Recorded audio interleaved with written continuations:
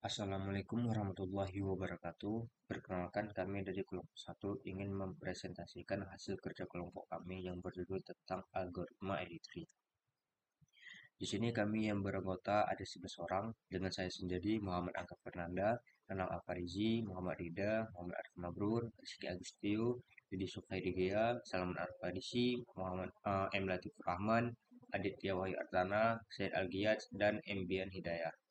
Di sini kami akan menjelaskan sedikit tentang apa itu algoritma editri. Langsung saja kita masuk ke pembahasannya. Di sini ada pengertian daripada editri sendiri. Untuk editri adalah algoritma pembentukan decision tree yang dikembangkan oleh Hershey Quenelan pada tahun 1986. Algoritma ini digunakan untuk melakukan klasifikasi data dengan cara memilih atribut yang paling berpengaruh terhadap hasil keputusan berdasarkan nilai information gain-nya. Secara sederhana, ID3 bekerja dengan membagi data menjadi beberapa kelompok berdasarkan atribut yang memiliki kemampuan terbaik dalam memisahkan kelas datanya. Proses ini dilakukan secara berulang hingga seluruh data dapat diklasifikasikan dengan jelas. Nah, untuk selanjutnya akan dijelaskan oleh kawan saya.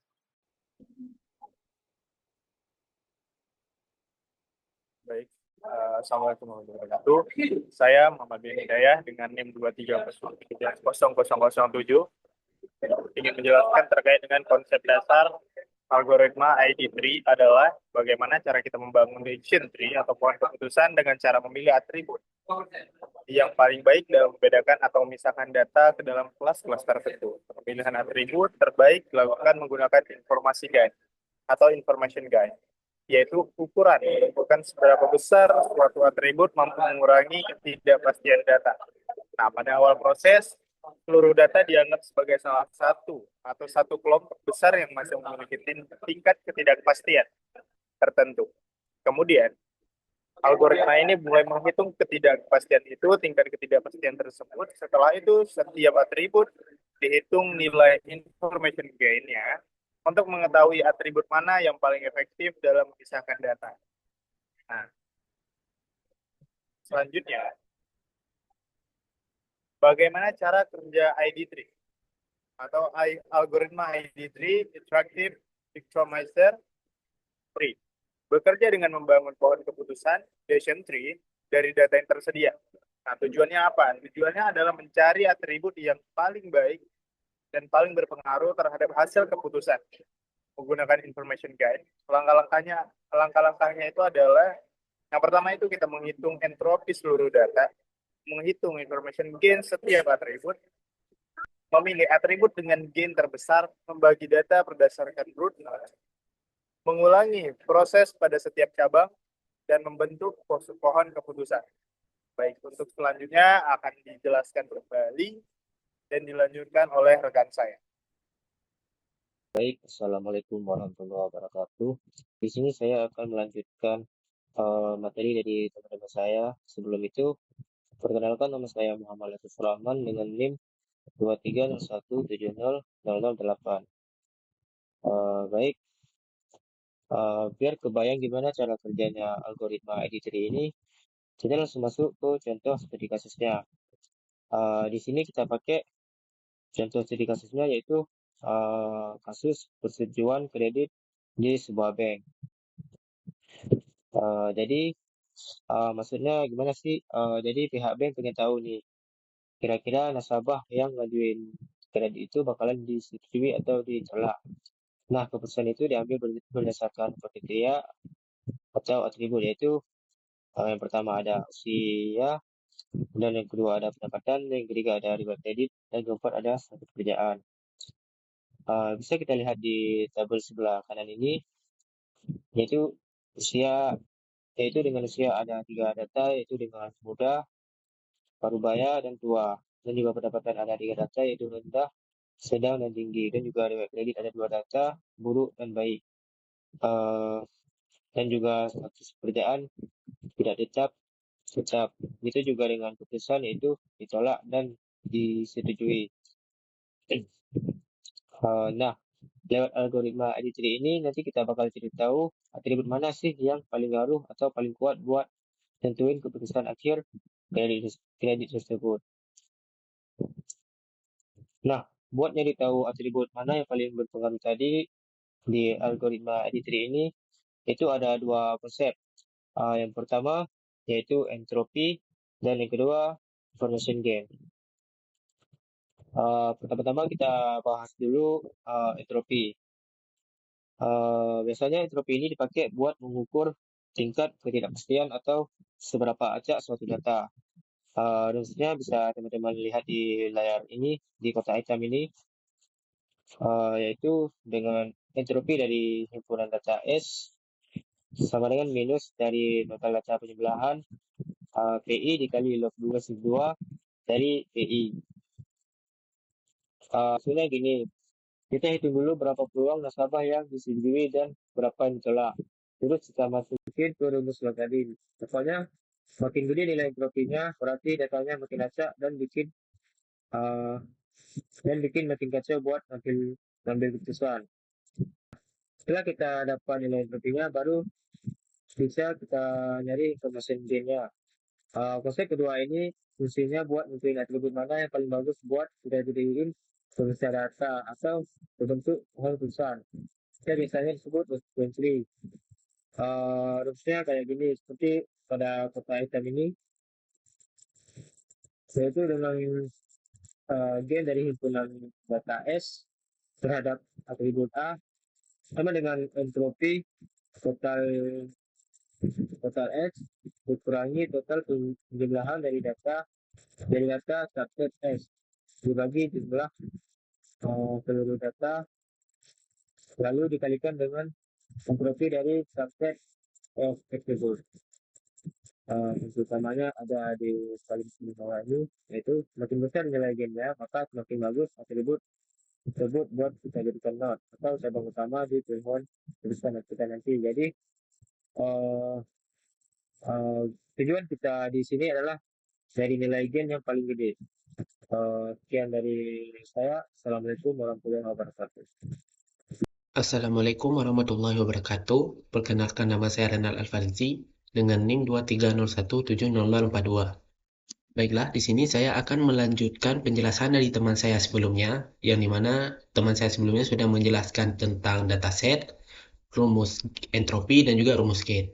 Selanjutnya saya akan menjelaskan pencarian dari rumus entropi dan rumus gain tersebut melalui dataset dengan dataset yang sudah kami dapatkan. Untuk yang pertama itu kita akan mencari dataset dan entropi total atau biasa diberi dengan lambang S. Data keseluruhannya itu dari kelasnya yang diambil adalah disetujui dan ditolak. Untuk disetujui jumlahnya itu ada 10, untuk ditolak jumlahnya juga ada 10. Jadi totalnya ada 20.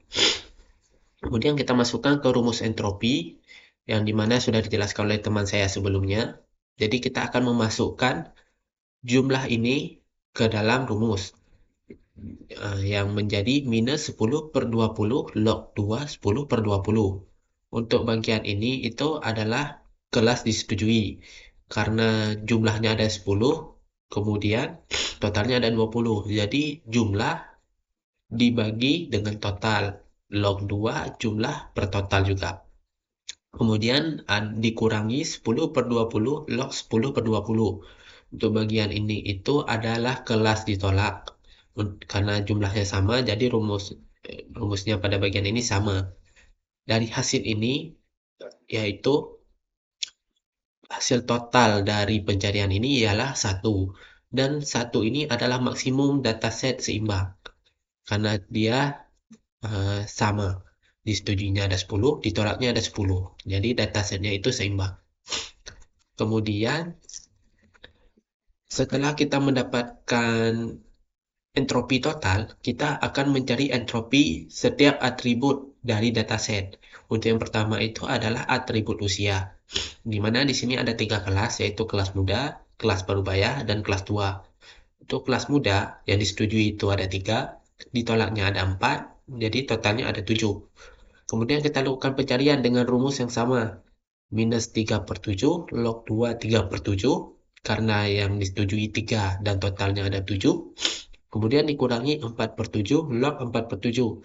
ditolaknya ada 4, totalnya ada 7. Jadi mendapatkan hasil 0,985.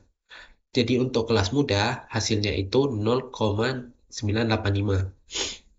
Kemudian kelas parubaya disetujuinya ada 4, ditolaknya ada 2, totalnya ada 6. Kita cari dengan rumus entropi lagi, yaitu min 4 per 6 log 4 per 6, karena disetujui 4, totalnya 6. Kemudian dikurangi 2 per 6 log 2 per 6. Ditolaknya 2, totalnya 6. Mendapatkan hasil 0,918. Untuk kelas parubaya, mendapatkan hasil 0,918. Kemudian ada kelas yang ketiga, yaitu kelas tua, yang disetujuinya ada 3, ditolaknya ada 4, totalnya ada 7. Untuk kelas tua ini pencariannya sama seperti kelas muda karena disetujuinya juga sama dan ditolaknya juga sama. Jadi hasilnya sama, 0,985. Setelah mendapatkan ketiga hasil ini, kita masukkan ke dalam rumus Gain seperti yang sudah dijelaskan oleh teman saya sebelumnya, yaitu 1 dikurang 7 per 20 dikali dengan hasil dari atribut muda. 7 per 20 ialah total dari atribut atau dari kelas muda dibagi dengan total keseluruhan dataset. Kemudian ditambah 6 per 20, 6 dari total kelas, 20 dari total dataset, dikali dengan hasil dari kelas parubaya. Kemudian ditambah 7 per 20, 7 total dari kelas 2, 20 total dari dataset, dikali 0,985, yaitu hasil dari kelas 2. Kemudian sama dengan hasil dari sini kemari, dari 7 per 20 dikali 0,985 ditambah 6 per 20 0,918 ditambah 7 per 20 0,985, hasilnya itu 0,965. Kemudian kita kurangi 1 dikurang 0,985 yang mendapatkan hasil 0,035. Kemudian kita akan mencari atribut yang kedua, yaitu atribut pendapatan. Di sini juga ada 3 kelas, yaitu kelas rendah, kelas sedang, dan kelas tinggi. Untuk kelas rendah, disetujui ada 1, ditolaknya ada 5, totalnya ada 6. Kita masukkan ke rumus entropi, yaitu min 1 per 6 log 1 per 6, karena disetujui 1, totalnya ada 6, dikurang 5 per 6 log 5 per 6. Ditolaknya ada 5, totalnya ada 6. Jadi mendapatkan hasil 0,650. Untuk kelas rendah, hasilnya itu 0,650. Kemudian kelas sedang. Kelas sedang disetujuinya ada 4, ditolaknya ada 3, totalnya ada 7. Untuk masukkan ke rumus entropi, minus 4 per 7 log 4 per 7, karena disetujui 4, totalnya 7, dikurang 3 per 7 log 3 per 7, karena ditolaknya 3, totalnya ada 7. Hasilnya itu 0,985.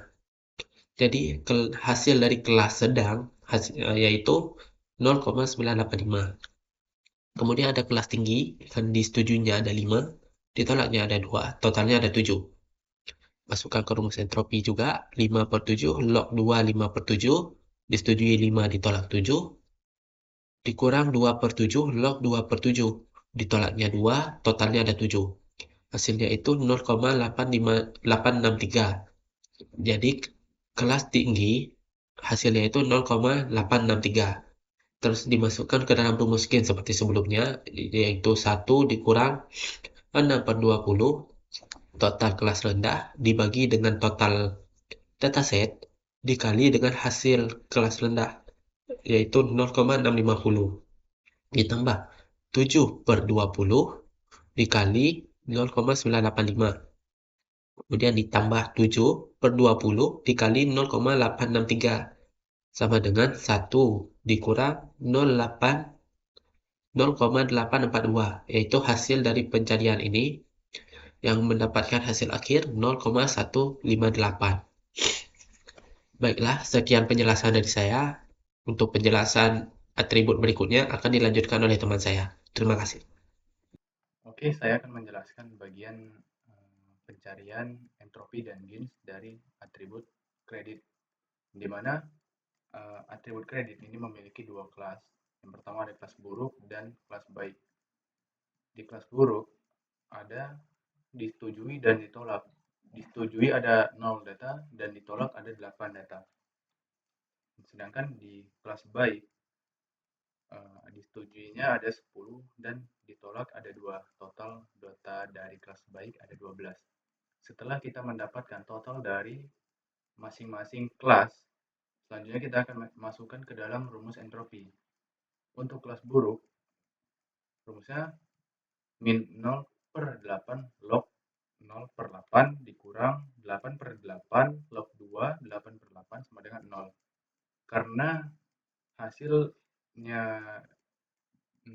data dari kelas buruk, data entropi dari kelas buruk hasilnya 0, maka dia semuanya ditolak. Selanjutnya, mencari entropi dari kelas baik, yaitu min 10 per 12 log 10 per 12 dikurang 2 per 12 log 2 per 12 sama dengan 0,650.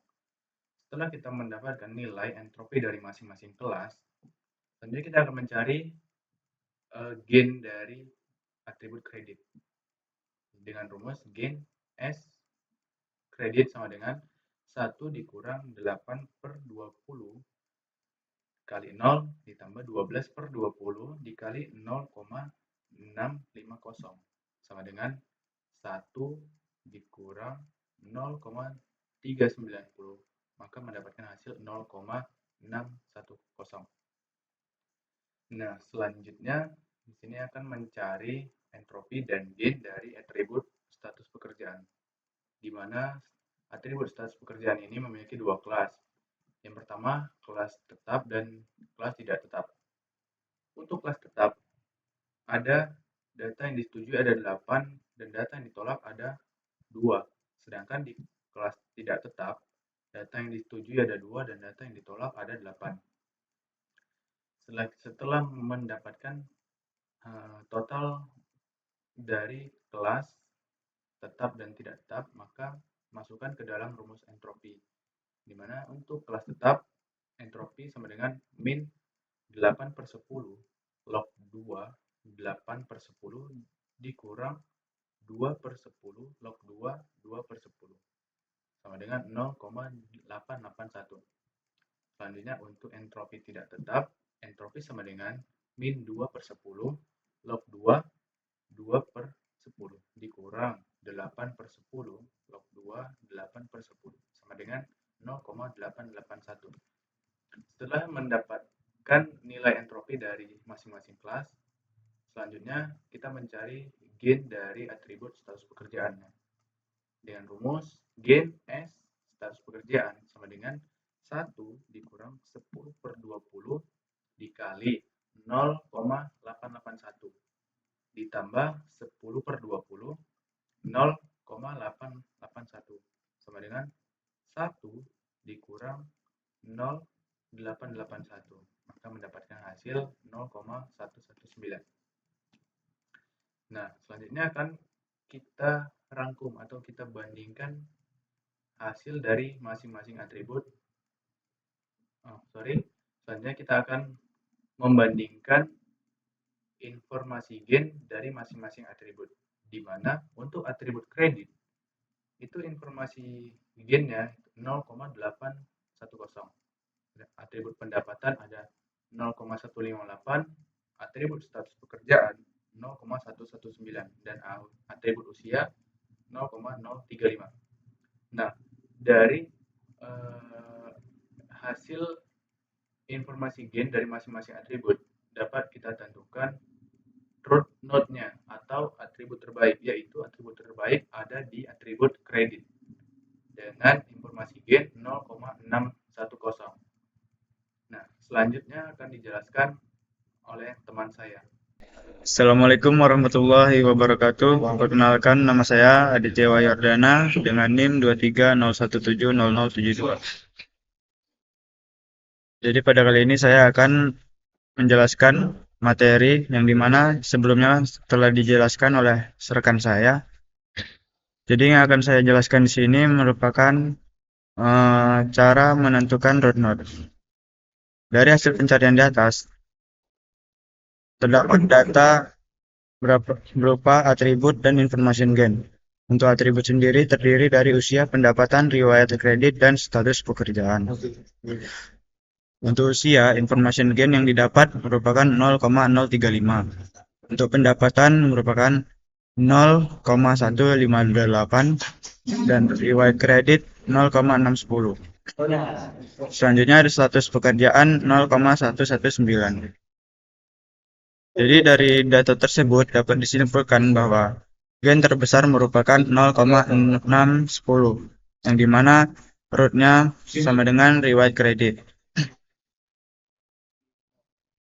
Selanjutnya untuk riwayat kredit, jika itu buruk maka ditolak, untuk baik maka itu akan dilanjut. Selanjutnya ada not riwayat kredit sama dengan baik. Jadi bisa kita lihat untuk data yang tersisa yaitu ada 12, yang dimana untuk disetujui sama dengan 10 dan ditolak sama dengan 2. Untuk entropi baik adalah 0,650. Selanjutnya ada perbandingan gain pada subset baik, di mana terdapat 2 poin, ada atribut dan gain. Untuk atribut sendiri ada usia, yang dimana nilai gainnya sama dengan 0,109, untuk pendapatan 0,183, dan status pekerjaan 0,017. Jadi di sini untuk not terbaiknya merupakan pendapatan dengan gain 0,183, yang dimana riwayat apabila dia baik maka dilanjutnya yaitu ke pendapatan. Untuk pendapatan sendiri mengapa bisa terpilih, karena dia merupakan nilai gain yang paling besar. Mungkin sekian penjelasan singkat dari saya. Lebih dan kurang saya mohon maaf. Saya akhiri. Wassalamualaikum warahmatullahi wabarakatuh. Oke, baik. Di sini saya akan melanjutkan materi dari rekan saya, yaitu yang ketiga, hasil cabang pendapatan. Pendapatan sama dengan tinggi. 5 data, semua disetujui. Kemudian pendapatan sama dengan rendah, 2 data disetujui, 1 ditolak 1. Perlu split lagi. Kemudian pendapatan sedang, split rendah. Yang di pendapatan rendah itu ada split rendah usia, kemudian parubaya disetujui, tua ditolak. Kemudian pendapatan yang sedang, 5 data disetujui 4, ditolak 1. Di-split di bagian usaha. Kemudian split sedang usia, parubaya itu disetujui, tua disetujui, muda di-split lagi. Kemudian ditampilkan status, yang tetap disetujui, tidak tetap ditolak. Kemudian di sini berikutnya ada pohon keputusan ID3 akhir riwayat kredit seperti tampilan. Di sini langsung saja yang telah saya bacakan tadi, ada pendapatan rendah, sedang, tinggi, termasuk parubaya, tua, muda. Di sini ada presentasi warnanya. Di bagian ini hijau disetujui, merah ditolak, kuning perlu di-split, ungu not atribut. Urutan splitnya 1 riwayat kredit atau root, 2 pendapatan, yang ketiga usia untuk sedang dan rendah, yang keempat status pekerjaan muda dan sedang. Oke, selanjutnya dilanjutkan oleh rekan saya. Assalamualaikum warahmatullahi wabarakatuh. Nama saya Muhammad Mabrur. Sini saya jelasin tentang decision tree finalnya. Dari hasil ID3, riwayat kredit menjadi faktor yang paling menentukan. Jika riwayat kredit buruk, maka kredit ditolak. Jika riwayat kredit baik, keputusan akan dilihat lagi dari pendapatan, usia, dan status pekerjaan. Intinya semakin baik riwayat kredit dan kondisi keuangan seseorang, maka semakin besar peluang kreditnya yang disetujui. Sini ada pohon keputusannya.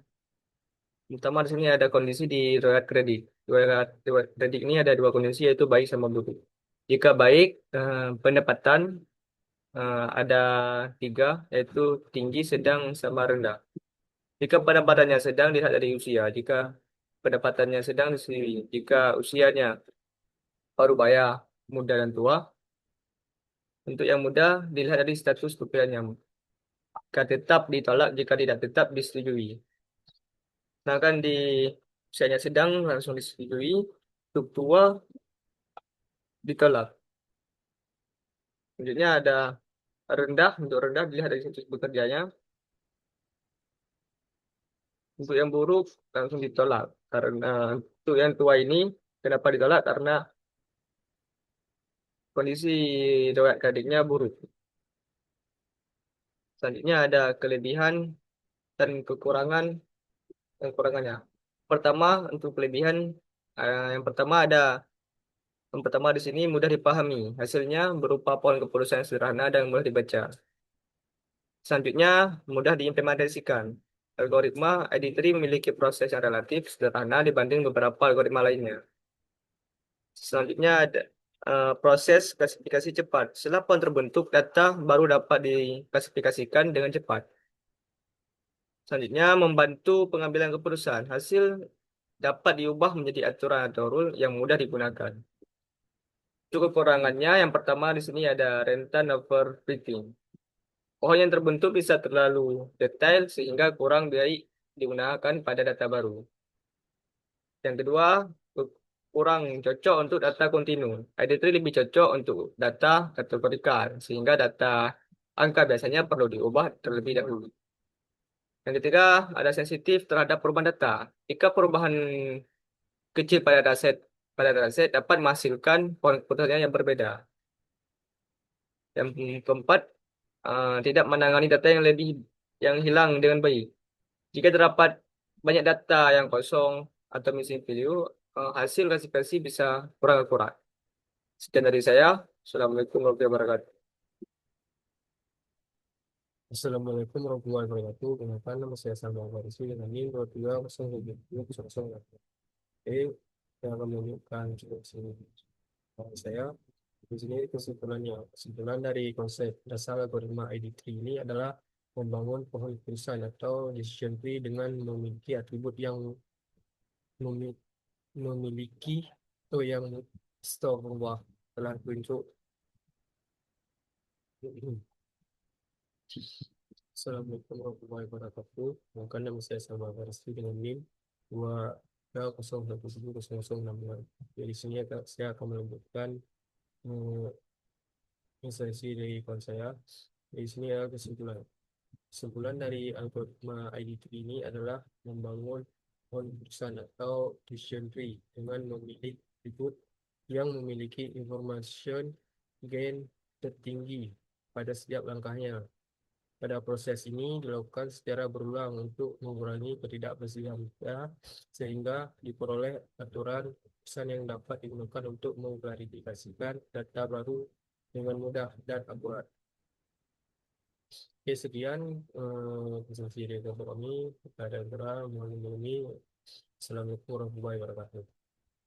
Baik, terima kasih kepada rekan saya sebelumnya yang telah memaparkan bagaimana penyelesaian studi kasus ini dengan cara manual. Nah, sekarang saya akan menjelaskan bagaimana perhitungan tersebut diimplementasikan menggunakan Excel. Ini akan membuat proses analisis kita menjadi lebih efisien, sistematis, dan meminimalkan risiko kesalahan perhitungan. Nah, berikut ini adalah dataset yang akan kita gunakan. Terdapat 20 data nasabah dengan 4 atribut yaitu usia, pendapatan, riwayat kredit, dan status pekerjaan. Dengan kolom terakhir yaitu keputusan yang nilainya disetujui dan ditolak. Dari 20 data tersebut, diperolehlah distribusi yang seimbang yaitu 10 data berlabel disetujui dan 10 data berlabel ditolak. Kondisi inilah yang menjadi titik awal analisis yang selanjutnya disebutkan sebagai simpul akar. Selanjutnya, perhitungan dimulai dari simpul akar yang mencakup keseluruhan 20 data. Karena proporsi kelas disetujui dan ditolak masing-masing sebesar 0,5, maka berdasarkan rumus entropi total, diperolehlah nilai entropi sebesar 1. Nilai ini merupakan nilai entropi maksimum yang menunjukkan bahwa data pada simpul ini berada pada kondisi paling heterogen atau belum terklasifikasi sama sekali. Nilai tersebut konsisten dengan hasil perhitungan manual yang telah dipaparkan sebelumnya. Perbedaannya terletak pada implementasi rumus yang telah ditanamkan langsung ke sel Excel, sehingga apabila terdapat perubahan data, hasil perhitungan akan diperbarui secara otomatis tanpa memerlukan perhitungan ulang secara manual. Selanjutnya, kita akan melakukan pengujian terhadap setiap atribut untuk menentukan atribut yang paling optimal sebagai pemisah data pada simpul akar. Nah, atribut pertama yang akan kita uji adalah atribut usia. Berdasarkan rata-rata terbobot, diperoleh entropi gabungan untuk atribut usia sebesar 0,965. Dengan demikian, information gain untuk atribut usia dihitung sebagai selisih entropi simpul akar dengan entropi gabungan, sehingga diperolehlah nilai 0,035. Nilai gain ini mengidentifikasikan bahwa atribut usia kurang signifikan dalam memisahkan data pada simpul. Selanjutnya, dengan perhitungan sama diperoleh information gain untuk atribut pendapatan sebesar 0,158 dan atribut status pekerjaan sebesar 0,119. Kedua nilai ini lebih tinggi dibandingkan atribut usia, namun perlu dibandingkan dengan satu atribut terakhir, yaitu atribut riwayat kredit. Pada atribut riwayat kredit ditemukan pola yang signifikan. Apabila riwayat kredit bernilai buruk dari 8 data yang ada, seluruhnya berakhir pada keputusan ditolak tanpa pengecualian. Akibatnya, entropi pada kelompok ini bernilai 0. Ini menunjukkan bahwa kondisi data yang telah sebelumnya homogen atau murni. Sementara itu, apabila riwayat kredit bernilai baik, dari 12 data yang ada, diperoleh 10 data disetujui dan 2 data ditolak, dengan entropi sebesar 0,65. Setelah digabungkan secara terbobot, entropi keseluruhan untuk atribut riwayat kredit adalah 0,39. Ini merupakan nilai terendah dibandingkan atribut lainnya. Dengan demikian, atribut ini memiliki information gain tertinggi, yaitu sebesar 0,61. Berdasarkan kriteria gain maksimum, atribut riwayat kredit terpilih sebagai simpul akar dalam keputusan. Hasil tersebut konsisten dengan kesimpulan yang diperoleh melalui perhitungan manual pada sesi sebelumnya. Karena cabang riwayat kredit bernilai buruk telah mencapai kondisi murni-seluruhnya dengan seluruh data berlabel ditolak, maka cabang ini tidak memerlukan pemisahan lebih lanjut. Pada struktur pohon keputusan, cabang ini langsung menjadi simpul daun dengan keputusan ditolak mewakili 8 data. Cabang yang masih memerlukan analisis lanjutan adalah riwayat kredit dengan nilai baik, karena pada cabang tersebut masih terdapat campuran 10 data disetujui dan 2 data ditolak. Selanjutnya, kita berfokus pada 12 data dengan riwayat kredit bernilai baik. Entropi pada simpul ini sebesar 0,65, sesuai dengan hasil perhitungan sebelumnya. Kemudian dilakukan kembali terhadap atribut yang tersisa, yaitu usia, pendapatan, dan status pekerjaan, untuk menentukan atribut yang paling sesuai dalam memisahkan 12 data tersebut. Nah, hasil perhitungan ini menunjukkan bahwa atribut pendapatan memiliki information gain tertinggi, yaitu sebesar 0,183. Dengan demikian, setelah riwayat kredit, atribut pendapatan dipilih sebagai pemisah pada cabang ini. Perlu dicatat bahwa pada kondisi pendapatan bernilai tinggi, dari 5 data dengan riwayat kredit baik, seluruhnya berlabel disetujui, sehingga entropi pada kelompok ini bernilai 0. Dengan demikian, cabang riwayat kredit baik dengan pendapatan tinggi juga telah mencapai kondisi murni dan langsung menjadi simpul daun dengan keputusan disetujui untuk 5 data. Selanjutnya, kita sampai pada not riwayat kredit baik dan pendapatan rendah. Cabang ini terdiri atas 2 data dengan riwayat kredit baik dan pendapatan rendah, dengan komposisi 1 data disetujui dan 1 data ditolak. Entropi pada simpul ini masih bernilai 1, menunjukkan kondisi yang belum terklasifikasi. Pengujian dilakukan terhadap 2 atribut tersisa, yaitu usia dan status pekerjaan. Hasilnya, atribut usia menghasilkan information gain sempurna, yaitu bernilai 1, karena pemisah berdasarkan usia menghasilkan kelompok yang seluruhnya homogen. Kelompok parubaya seluruhnya disetujui, sedangkan kelompok tua seluruhnya ditolak. Dengan demikian, atribut usia dipilih pada simpul ini dan proses pada cabang ini dinyatakan selesai tanpa memerlukan pemisahan lebih lanjut. Selanjutnya, untuk not riwayat kredit baik dan pendapatan sedang. Nah, cabang ini terdiri atas 5 data dengan riwayat kredit baik dan pendapatan sedang dengan komposisi 4 data disetujui dan 1 data ditolak, sehingga entropinya sebesar 0,72. Pengujian terhadap atribut usia dan status pekerjaan menunjukkan bahwa keduanya bernilai Keduanya menghasilkan nilai information gain yang identik, yaitu 0,322. Pada kondisi nilai gain yang sama, pemilihan atribut dapat dilakukan terhadap salah satunya. Dalam analisis ini, atribut usia yang dipilih sebagai pemisah berikutnya. Setelah dilakukan pemisahan berdasarkan usia, kelompok parubaya dan tua telah mencapai kondisi murni dengan seluruh data berlabel disetujui. Kelompok yang masih memerlukan analisis lanjutan adalah kelompok usia muda dengan jumlah 2 data. Selanjutnya adalah untuk simpul baik dan sedang pada usia muda. Simpul ini merupakan kombinasi terdalam dalam struktur pohon, yaitu riwayat kredit baik, pendapatan sedang, dan usia muda, dengan jumlah data sebanyak 2, terdiri atas 1 data disetujui dan 1 data ditolak, sehingga entropinya bernilai 1. Atribut yang tersisa untuk diuji hanya status pekerjaan. Hasil pengujian menunjukkan bahwa atribut ini berhasil memisahkan kedua data tersebut secara sempurna. Kelompok tetap berlabel disetujui, sedangkan kelompok tidak tetap berlabel ditolak. Information gain pada simpul ini bernilai 1, sehingga proses pemisah pada cabang ini dinyatakan selesai. Selanjutnya pada tahap ini, seluruh cabang telah mencapai kondisi murni sepenuhnya, tanpa data yang masih bercampur. Dengan demikian, proses pembentukan keputusan menggunakan algoritma IDT dinyatakan berhenti. Terakhir, saya akan merangkum keseluruhan proses yang telah kita paparkan menjadi satu struktur pohon keputusan yang utuh. Berikut akan saya paparkan secara berurutan. Struktur ini dapat diinterpretasikan sebagai berikut. Apabila riwayat kredit bernilai buruk, keputusan langsung ditetapkan sebagai ditolak tanpa pertimbangan atribut lainnya. Hal ini memiliki 8 data. Dan apabila riwayat kredit baik, maka atribut pendapatan menjadi penentu berikutnya. Pada kondisi pendapatan tinggi, keputusan langsung ditetapkan sebagai disetujui untuk seluruh 5 data. Pada kondisi pendapatan rendah, penentu dilanjutkan berdasarkan usia dengan kelompok parubaya berlabel disetujui dan kelompok tua berlabel ditolak. Adapun pada kondisi pendapatan sedang, kelompok usia, parubaya, dan tua secara otomatis berlabel disetujui, sedangkan kelompok usia muda masih memerlukan pertimbangan atribut status pekerjaan, dengan kelompok tetap berlabel disetujui dan kelompok tidak tetap berlabel ditolak. Apabila seluruh nilai N pada tabel tersebut dijumlahkan, diperoleh total 20 data yang sesuai dengan jumlah data awal.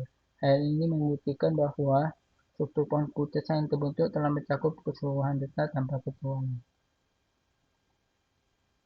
Berdasarkan keseluruhan proses analisis yang telah kita lakukan tersebut, dapat disimpulkan bahwa atribut riwayat kredit merupakan atribut yang paling berpengaruh dalam penentuan keputusan persetujuan kredit pada studi kasus ini.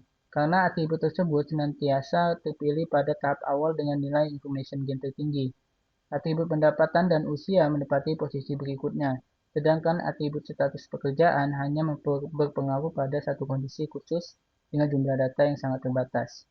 Keunggulan utama menggunakan Microsoft Excel dalam analisis ini terletak pada penanaman rumus entropi dan information gain secara langsung pada sel-sel perhitungan. Dengan demikian, apabila terdapat penambahan data baru, pembaruan cukup dilakukan pada sheet data, dan seluruh perhitungan pada sheet-sheet lainnya akan berpengaruh secara otomatis tanpa memerlukan perhitungan ulang secara manual. Demikian pemaparan saya yang saya sampaikan. Hasil analisis ini membuktikan sekaligus melengkapi perhitungan manual yang telah dipaparkan oleh rekan saya pada sesi sebelumnya. Assalamualaikum warahmatullahi wabarakatuh. Perkenalkan, nama saya Muhammad Rida. Jadi di sini saya akan menjelaskan codingan ataupun implementasi ID3 sesuai dengan kasus yang kami buat. Pertama-tama di sini kami membuat dua library. Kami mengimport dua library yang kita butuhkan. Yang pertama itu adalah Pandas, yang kedua itu adalah sklearn. Sklearn ini sudah include dengan preprocessing dan juga tree atau decision tree classifier. Nah, langkah-langkah yang pertama itu kita bakal bikin sebuah variabel yang bernama data training. Kemudian saya menggunakan Pandas atau ini PD ini adalah Pandas untuk membaca CSV-nya. Data yang kami buat itu sudah dalam bentuk CSV. Di sini kita bisa lihat ada 20 data sesuai dengan kasus yang ada di PPT.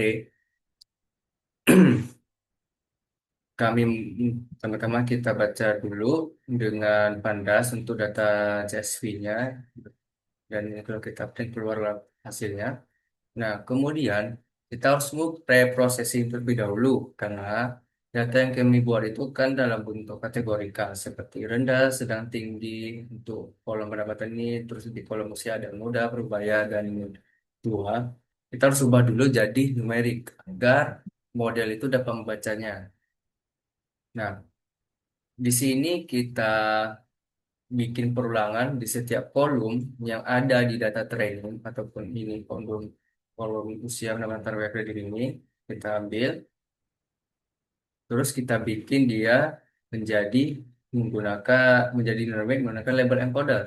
Di sini kita bisa lihat data training kolomnya ini digunakanlah encoder dengan fit transform. Jadi setiap kolom yang ada di data CSV akan diubah menjadi numerik menggunakan label encoder. Nah, untuk detailnya itu seperti ini. Di kolom usia muda jadi 0, berbaya jadi 1, tua menjadi 2. Ini sepertinya secara berurutan. Kemudian, langkah selanjutnya kita harus mengubah, memisahkan kolom antara yang diprediksi dengan kolom yang digunakan untuk memprediksi kolom yang akan diprediksi. Apa maksudnya? Kita bisa lihat di sini. Usia pendapatan kredit satu pekerjaan. Ini adalah kolom yang kita gunakan untuk memprediksi kolom keputusan. Di sini keputusan itu diukur berdasarkan kolom yang lainnya, usia pendapatan kredit status pekerjaan. Jadi kolom ini ada 4, ini digunakan untuk memprediksi kolom keputusan. Jadi kita harus memisahkannya terlebih dahulu. Di sini saya memisahkannya dan membuatnya dalam variabel X. Kemudian di sini saya pisahkan lagi dan membuatnya dalam variabel Y. Nah, ini sudah terpisah dan ini sudah jadi berdasarkan encoding yang kita lakukan tadi. Kemudian kita bakal bikin modelnya, model decision tree classifier ya, menggunakan scalar dan bentuk entropy ID tree ya. Kita di sini menggunakan scalar, lebih tepatnya decision tree classifier dengan kriteria adalah entropy yaitu yang digunakan di ID tree. Kemudian di sini kita masukkan kolom X kita tadi dengan kolom Y, yaitu adalah kolom keputusan dan juga kolom siap pendapatan dan kredit dan satu pekerjaan, kita masukkan ke dalam modelnya. Nah, di sini sudah dibuat, ini dari decision tree classifier ya. Kemudian karena model yang sudah kita buat, model ini bisa kita gunakan untuk data yang lain, tapi serupa. Dengan kolom yang serupa, tidak masalah kalau tidak ada kolom keputusan ini. Ini tadi data trainingnya ya, bukan data testing, data training. Tidak masalah. Kalau kolom keputusan ini tidak ada, asalkan kolom yang lain ada untuk kita coba projectnya, itu dia bakal bikin kolom keputusan tersendiri. Nah, kita lanjut. Dia bakal memprediksinya. Kita lanjut lebih dahulu. Di sini saya bikin data testing CSV yang ini. Inilah data testing CSV tanpa kolom keputusan. Nanti dia bakal memprediksi kolom-kolom ini dan membuat kolom keputusan berdasarkan data sebelumnya yang kita latih. Sebelum kita latih adalah yang ini, ini sudah yang sudah ada keputusannya apa berdasarkan kolom yang lain. Beda dengan ini tidak ada kolom keputusan, jadi ini belum bisa diprediksi. Jadi kita bakal memprediksinya menggunakan model kita yang dilatih menggunakan data ini. Nah, di sini kita seperti biasa baca dulu dengan Pandas untuk baca CSV-nya. Terus kita cek dulu CSV-nya gimana. Kemudian kita encoding lagi dengan yang tadi, dengan metode sama yang dengan yang tadi. Kalau sudah di encoding, kemudian kita tes prediksi menggunakan model. Di sini kita bikin X-test-nya apa dulu? X-test-nya adalah data test kolom usia pendapatan kerjaan. Kemudian yang akan diprediksi adalah uh, Y-nya. Ini adalah model menggunakan model dari data kolom yang ada di testing ini. Nah, begitu kita bisa mengeceknya, di sini dia bakal ngeluarin hasil setiap data dari yang ada di data testing ini. Kalau kita lihat outputnya, maka outputnya akan menjadi seperti ini. Awalnya ini hanya ada sampai status pekerjaan, karena kolom prediksi ini tidak ada kan. Nah, di sini kita bisa lihat dia tidak ada kolom keputusan atau kolom yang diprediksi. Kemudian kalau di sini sudah diprediksi, kita inversekan kembali biar kita bisa baca dengan mudah. Di sini menggunakan inverse transform di sini kita bisa lihat hasilnya seperti ini. Ini adalah data testing kita. Kita bisa lihat mudah ada 5. Kita bisa lihat di sini ada mudah 5. Jadi ini data yang tadi yang tidak ada kolom keputusannya atau kolom prediksinya. Dan ini adalah keputusannya. Dia bisa menangkap pola dari data training kita, kemudian menerapkannya di data kita yang bahkan tidak ada kolom keputusannya. Dan kalau kita lihat di sini, maka jadi seperti ini. Ini adalah hasil prediksinya. Nah, di sini. Untuk data pertama, mudah, rendah, baik, tetap, maka dia disetujui karena dia mudah, walaupun pendapatannya rendah, dan riwayat kreditnya itu tapi baik. Satu pekerjaannya juga tetap, maka dia disetujui. Kita bisa lihat di sini yang ditolak ini. Kenapa dia ditolak? Pertama, usia dia muda. Muda mungkin tidak masalah, tapi kita lihat di sini pendapatan dia sedang, ya itu mungkin bahkan lebih tinggi daripada yang pertama. Tetapi kita lihat di sini riwayat kreditnya ini sangatlah buruk. Mungkin dia bahkan tidak pernah membayar ataupun dia selalu menunda-nundanya.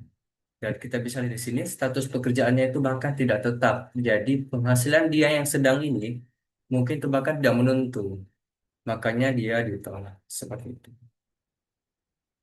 Segitu saja mungkin di bagian saya, lebih dan kurang saya mohon maaf. Wabillahi taufiq wal hidayah. Wassalamualaikum warahmatullahi wabarakatuh.